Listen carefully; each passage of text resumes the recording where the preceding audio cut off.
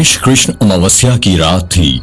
टिक टिक टिक टिक करती हुई घड़ी में रात के 3 बज रहे थे। एक बंद कमरे में करीब 30 लोग एक साथ जमीन पर बैठे हुए थे। उसी कमरे में 3 लोग कुर्सी के ऊपर बैठे हुए थे। वो 30 लोग एक दूसरे की सूरत को घूरे जा रहे थे। कोई भी उनमें से कुछ नहीं बोल रहा था। कमरे के अंदर खामोशी छाई हुई थी। तभी उनमें से एक आदमी बैठे बैठे कहता है, अब क्या करना है मालिक? करना क्या है? मार देना है उस औरत को, कुर्सी पर बैठे हुए एक आदमी ने कहा।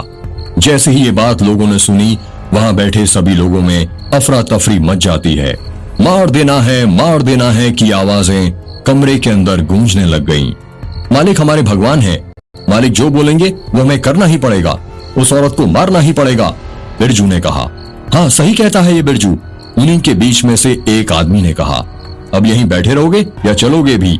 आज रात ही उसका काम तमाम करना है। कुर्सी पर बैठे हुए पहले आदमी ने गुस्से में बोला, याद रहे कल का सूरज वो देख नहीं पाए, आज की रात उसकी आखिरी रात होनी चाहिए, कुर्सी पर बैठे दूसरे आदमी ने कहा। तभी सब लोग एक साथ उस बंद कमरे से बाहर निकलने लगते हैं। जब वो लोग कमरे से बाहर निकल गए तो उन्होंने देखा आसमान को काले साए ने जकड़ रखा था। इतना घनघोर अंधेरा था कि कुछ भी दिखाई नहीं दे रहा था। मालिक आप बस 2 मिनट इंतजार कीजिए, मैं बस अभी 2 मिनट में मशाल जलाकर लाता हूँ, बिरजू ने कहा। हाँ ठीक है, चल अब जल्दी जा और लेकर आ। बिरजू अपने साथ 10-11 आदमियों को रख लेता है और मशाल जलाने चला जाता है। जब वो अपने साथियों के साथ मशाल जला रहा था तो उनमें से एक आदमी ने कहा, बिरजू तुझे क्या लगता है उस औरत को मारना ठीक है? देख मोहन, हमें नहीं पता क्या ठीक है क्या गलत है, मालिक ने बोला है उस कलमुही को मारना है तो बस मारना है, बिरजू ने कहा। पर उस औरत का गुनाह क्या है? ये तो मालिक ही जानते हैं कि उस औरत का गुनाह क्या है। कुछ बड़ा कांड किया होगा उसने, तभी तो मालिक ने रात ही रात में उसे मारने का फैसला लिया है। हाँ बिरजू, मुझे भी यही लगता है। मैंने आज से पहले तीनों मालिकों को इतने गुस्से में कभी नहीं देखा है। जरूर कुछ तो गुल खिलाया है उसने, उसी की सजा आज उस कलमुही को मिलेगी, क्योंकि मालिक हमारे गांव के भगवान हैं और भगवान जब चाहे जिसे चाहे अपनी इच्छा अनुसार मार सकते हैं, बिरजू ने कहा। पर हमें पूछना तो चाहिए ना कि उसे क्यों मार रहे हैं? पगला रहा है क्या मोहन? मालिक से सवाल जवाब करना मतलब भगवान से सवाल जवाब करना, और भगवानों से कभी सवाल जवाब नहीं किया जाता, वरना पाप लगता है, बिरजू ने कहा। बिरजू और उसके साथी मशाल जलाकर जहां पर सब लोग इकट्ठा खड़े थे वहां पर पहुंच जाते हैं। इतनी देर लगा दी तूने बिरजू, अब जल्दी चल, मेघ गांव में आज जिंदा नहीं छोड़ेंगे उस औरत को। सारे गांव को मुक्ति दिलाना चाहती थी ना, आज हम उसे मुक्ति दिलाएंगे। इतना सुनते ही सब लोग मेघ गांव की तरफ जाने लगते हैं। महाराष्ट्र के गोंदिया जिले में एक गांव है जिसका नाम है मेघ। मेघ गांव की सीमा जब प्रारंभ होती है तो उससे पहले दास गांव पड़ता है, और जब सीमा खत्म होती है तो उसके बाद बलमा टोला पड़ता है। सभी शहर जाने की ट्रेन गोंदिया स्टेशन पर आती है। गोंदिया स्टेशन जाने का रास्ता दास गांव से होकर जाता है। इसके अलावा एक और रास्ता है, वो है पहाड़ी वाला रास्ता, पर वो रास्ता 40 किलोमीटर लंबा है, इसलिए इस रास्ते का उपयोग गांव का कोई भी व्यक्ति नहीं करता है। तीनों गांव के सरपंच आपस में मिलजुल कर रहते हैं और कोई भी फैसला लेने से पहले आपस में विचार विमर्श कर लेते हैं। बलमा टोला, दास गांव और मेघ गांव के तीनों सरपंच अपने आदमियों के साथ मिलकर मेघ गांव की ओर आगे बढ़ रहे हैं। उस सुनसान गांव में बस उन 30 लोगों के चलने की कदमों की आहट ही सुनाई दे रही थी। कोई पसीने से भीगा हुआ था तो कोई डर के मारे कांप रहा था। किसी को नहीं पता है कि आज ज्येष्ठ कृष्ण अमावस्या की रात क्या होने वाला है। कुछ आदमियों के हाथों में मशाल है तो कुछ आदमियों के हाथों में लाठियां। मशाल से सिर्फ इतना प्रकाश उत्पन्न हो रहा है कि बस आसपास की कुछ चीजें ही दिखाई दे रही हैं। चलते चलते उन आदमियों का झुंड मेघ गांव के स्कूल तक पहुंच जाता है। वो लोग आपस में बातें कर रहे हैं कि उस औरत को छोड़ेंगे नहीं, आज या तो वो रहेगी या तो हम। हाँ सही कह रहे हो तुम, उन्हीं आदमियों के बीच में से एक आदमी ने कहा। जब वो लोग मेघ गांव के स्कूल के अंदर गए उन्होंने देखा एक औरत जो सुहागन की लाल रंग की साड़ी पहनी हुई है उसके हाथों में लाल चूड़ियां, गले और कानों में सोने के गहने हैं। उस औरत के लंबे लंबे काले बाल हैं जो उसकी कमर तक आते हैं। उसके शरीर का रंग गोरा है। वो औरत बरगद के पेड़ को कसकर पकड़कर सो रही है। उसको देखकर ऐसा लग रहा था जैसे वो अपने घर के अंदर बिस्तर पर सो रही हो। अरे देखो वो रही, पकड़ लो उसे, मेघगांव के सरपंच धनपत राय ने कहा। हाँ पकड़ लो और बांध दो इसे इस बरगद के पेड़ से, बलमा टोला गांव के सरपंच तेज बहादुर ने कहा। जल्दी करो नालायकों, मेरा मुंह क्या देखते हो, पकड़ो उसे वरना वो भाग जाएगी, दास गांव के सरपंच महेंद्र सिंह ने कहा। 4-5 लोग आगे बढ़ते हैं और उस औरत को पकड़ लेते हैं। जब उन लोगों ने उस औरत को छुआ तो उस औरत की नींद खुल जाती है और वो हड़बड़ाते हुए कहती है, ये आप लोग क्या कर रहे हो, मुझे क्यों पकड़ रहे हो, छोड़ो मुझे, देखो मैं कह देती हूँ कोई हाथ मत लगाना मुझे वरना मुझसे बुरा कोई नहीं होगा। वहां पर खड़ा कोई भी आदमी उस औरत के सवालों का कुछ जवाब नहीं देता। वो लोग बस सरपंच के हुक्म का पालन कर रहे थे। वो औरत बार बार बस एक ही सवाल पूछ रही थी कि आप लोग क्या कर रहे हो, क्यों पकड़ रहे हो मुझे। उसकी कोई भी बातों का जवाब नहीं दे रहा था कोई। अब इसे बस पकड़ कर ही रखोगे कि बरगद के पेड़ से बांधोगे भी, धनपत राय ने कहा। जल्दी करो नालायकों, तेज बहादुर ने कहा। सरपंच के आदमी रस्सी ढूंढने लग जाते हैं पर 15 मिनट गुजर जाने के बाद भी उन्हें रस्सी नहीं मिलती। तो महेंद्र सिंह कहते हैं, कब तक रस्सी ढूंढोगे बेवकूफों, दिख नहीं रहा रस्सी, इसने पहन रखी है, उतारो उसकी साड़ी और उसी से बांधो इसे बरगद के पेड़ से। नहीं ऐसा मत करो प्लीज, मैं तुम्हारे हाथ जोड़ती हूँ, भगवान के लिए मुझ पर रहम करो, उस औरत ने रोते हुए कहा। उसी भगवान के लिए ही तो तुझे मार रहे हैं चुड़ैल, धनपत राय ने कहा। वो औरत अपने दोनों हाथों से अपनी साड़ी को कसकर पकड़ने की कोशिश करने लगती है और सरपंच के आदमियों ने उसे पकड़ रखा था, जिस कारण वो कुछ नहीं कर पा रही थी।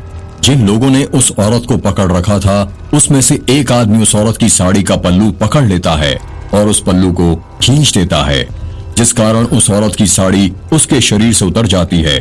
साड़ी खींचने के साथ ही उस औरत के हाथों की लाल रंग की चूड़ियां भी टूट जाती हैं और टूटकर नीचे बिखर जाती हैं। वो औरत अर्धनग्न हो जाती है और अपने हाथों से अपना वक्ष छुपाने लगती है। वहां उपस्थित सभी लोग उस दृश्य का सिर्फ लुत्फ उठा रहे हैं। किसी को भी अपनी आंखों पर लज्जा नहीं आ रही थी। वो आदमी उस औरत की लाल रंग की साड़ी से उसे बरगद के पेड़ से बांध देता है। उस औरत को इस प्रकार बांधा गया था कि उसके दोनों हाथ ऊपर थे और वो अपने हाथ को छुड़ा नहीं सकती थी। वो औरत चीखने लगती है, चिल्लाने लगती है, छोड़ दो मुझे, छोड़ दो मुझे, पर कोई भी आदमी उसकी बात नहीं सुनता। अब देरी मत करो, जल्दी से मिट्टी का तेल लाओ और डाल दो इसके ऊपर, तेज बहादुर ने कहा। 3-4 लोग अपने हाथों में मिट्टी के तेल से भरी कुप्पी लेकर आते हैं और उस औरत के ऊपर डालने लगते हैं। जैसे ही उस औरत के ऊपर मिट्टी के तेल की कुछ बूंदें गिरती हैं, वो चिल्लाने लगती है और कहती है, ये क्या कर रहे हो तुम लोग, ऐसा मत करो, रुक जाओ प्लीज, रुक जाओ। पर वो आदमी नहीं रुकते और उस औरत के ऊपर मिट्टी का तेल डालने लगते हैं। वो औरत पूरी मिट्टी के तेल से भीग चुकी थी। वातावरण में मिट्टी के तेल की गंध महकने लगी थी। वो औरत मिट्टी के तेल से भीगा हुआ अपना गोरा बदन देखकर डरने लगती है और रोने लगती है। मिट्टी के तेल और उसके आंसुओं में कोई फर्क नजर नहीं आ रहा था। उस औरत के साथ साथ बरगद का पेड़ भी मिट्टी के तेल से भीग चुका था। वो औरत तीनों सरपंच से अपनी जान की भीख मांगने लगती है, पर वो तीनों सरपंच इतने निर्दयी थे कि उस औरत की एक बात नहीं सुन रहे थे। छोड़ दीजिए सरपंच जी मुझे, उस औरत ने रोते हुए कहा। तुझे छोड़ दें, पागल हो रहे हैं क्या, हम तो तुझे मुक्ति दिला रहे हैं इस दुनिया से, महेंद्र सिंह ने कहा।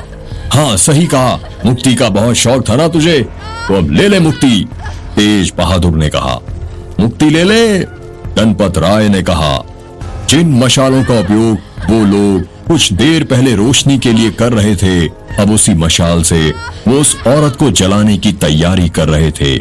धनपत राय अपने हाथ में एक मशाल लेता है और तेज बहादुर एवं महेंद्र सिंह से कहता है, आइए आप भी अपना एक एक हाथ इस मशाल में लगाइए और इस शुभ काम में अपना सहयोग दीजिए।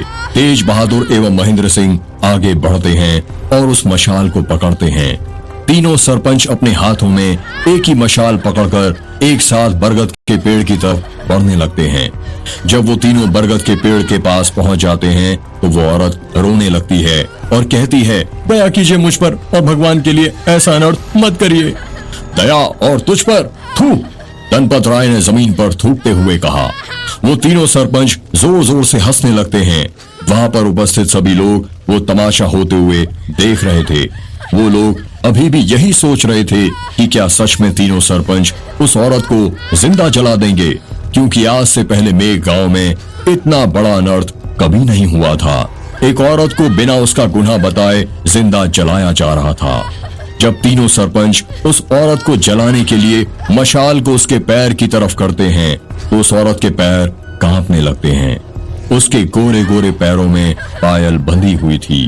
वो औरत मशाल की आग से डरते हुए अपने पैर एक के ऊपर एक रखने लगती है। उसके पायल के बजने की आवाजें आने लगती हैं, छन छन छन।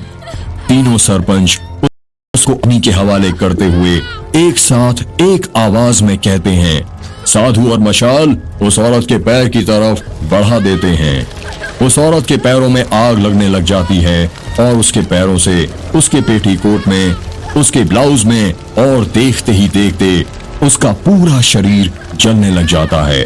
वो औरत जोर जोर से चीखने लगती है, चिल्लाने लगती है, बचाओ बचाओ, कोई तो मुझे बचाओ। उसकी आवाज पूरे गांव में गूंजने लगती है, पर कोई भी मेघ गांव का व्यक्ति अपने घर के अंदर से बाहर नहीं निकलता उसे बचाने के लिए। तुमने मुझे मुक्ति दिलाई है ना सरपंच, अब मैं तीनों गांव को मुक्ति दिलाऊंगी। मैं मरकर भी वापस लौट कर आऊंगी और फिर किसी को नहीं छोड़ूंगी।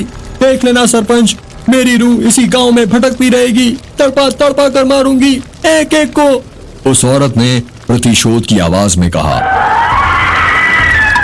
उस औरत का गोरा बदन जलकर काला पड़ने लगता है। हवाओं में उसकी साड़ी के चीथड़े उड़ने लगते हैं। वहां पर खड़े लोग ये देखकर सदमे में पहुंच जाते हैं। उन लोगों की आंखों में जलती हुई उस औरत की कपकपाती उंगलियां, कपकपाते होंठ, कपकपाते पैर और कपकपाता बदन आग समा जाते हैं। उस औरत के जलने के साथ साथ वो बरगद का पेड़ भी जल रहा था। उस बड़े से बरगद के पेड़ में इतनी तेज आग लगी थी कि ऊंचे आसमान तक उसका धुआं जा रहा था।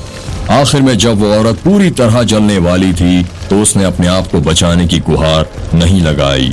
बस उसके मुंह से सिर्फ एक बोल निकला, वो था साधु। जब उसने साधु बोला तो वो पूरे गांव में गूंजने लगा। उसके और बरगद के पेड़ के जलने के बाद भी सब लोगों को बार बार साधु साधु सुनाई दे रहा था। उस औरत के साथ वो बरगद का पेड़ भी जल गया था। उस पेड़ की जड़ें और सिर्फ थोड़ा सा तना ही बचा हुआ था और वो भी काला पड़ गया था। उस औरत को तीनों गांव के सरपंच की सहमति से जलाया गया था। उस औरत को क्यों जलाया गया था, इसके पीछे की वजह किसी को नहीं पता थी। इसके पीछे की वजह सिर्फ वो तीनों सरपंच ही जानते थे। तीनों गांव में से किसी भी गांव वाले में इतनी हिम्मत नहीं थी कि पूछ सके आखिर उस औरत को क्यों जलाया गया था।